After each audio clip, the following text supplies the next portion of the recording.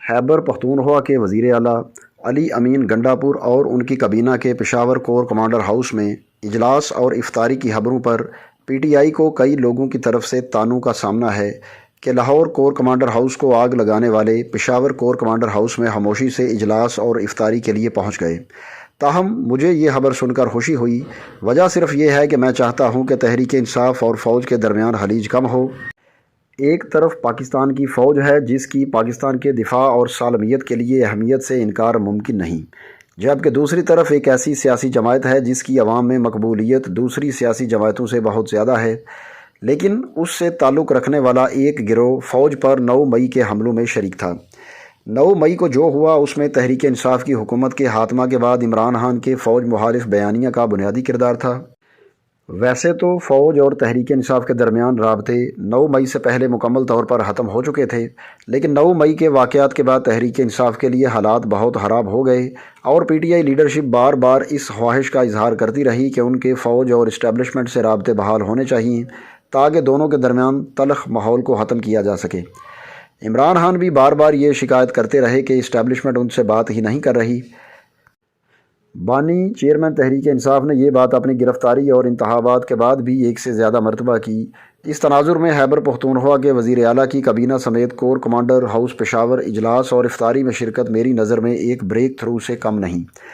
تحریک انصاف کی جانب سے یہ کہا گیا کہ اس میٹنگ کا فوکس صوبے کی سیکیورٹی معاملات تھے، جو اگر ایک طرف خیبر پختونخوا میں دہشت گردی کو کنٹرول کرنے کے لیے ضروری ہے تو دوسری طرف پی ٹی آئی حکومت اور فوج کے درمیان بہتر ورکنگ ریلیشن شپ اور دونوں کے درمیان ماضی کی تلخیاں ختم کرنے کا باعث بن سکتا ہے۔ امید کی جانی چاہیے کہ تحریک انصاف کی حکومت اور فوج کے درمیان ان رابطوں میں اضافہ ہوگا جس میں سب کی بہتری ہے، لیکن عمران خان کی پالیسی کی سمجھ نہیں آتی۔ انہوں نے گزشتہ روز اڈیالہ جیل میں اخبار نویسیوں سے بات کرتے ہوئے ایک بار پھر فوج کی اعلیٰ قیادت کو نشانے پر رکھ لیا۔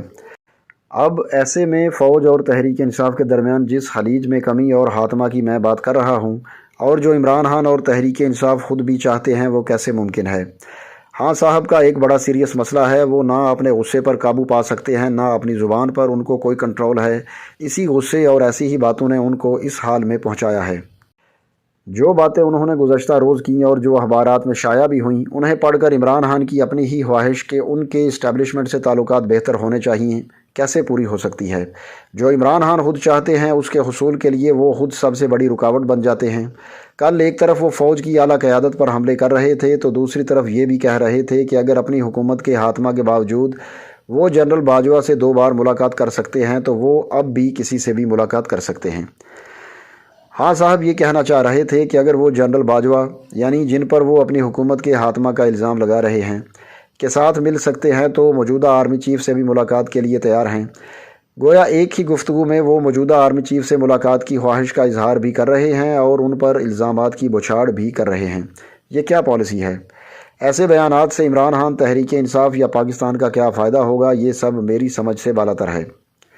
ہاں صاحب کو چاہیے کہ اگر وہ اپنے غصہ اور زبان پر کنٹرول نہیں رکھ سکتے تو کچھ عرصہ خاموشی اختیار کر لیں، اپنی توجہ عدالتوں سے ریلیف لینے پر مرکوز کریں تاکہ اپنے آپ اور اپنی اہلیہ کو جیل کی سلاخوں سے باہر لا سکیں۔ اس دوران اپنی پارٹی کی قیادت اور ذمہ داروں کو فوج اور اسٹیبلشمنٹ کے ساتھ تعلقات کی بہتری کے لیے کوشش کرنے دیں۔ ہاں صاحب معاملات کو ٹھنڈا ہونے دیں۔ دوستو یہ انصار عباسی کا کالم تھا جو 8 اپریل 2024 کو روزنامہ جنگ میں شائع ہوا۔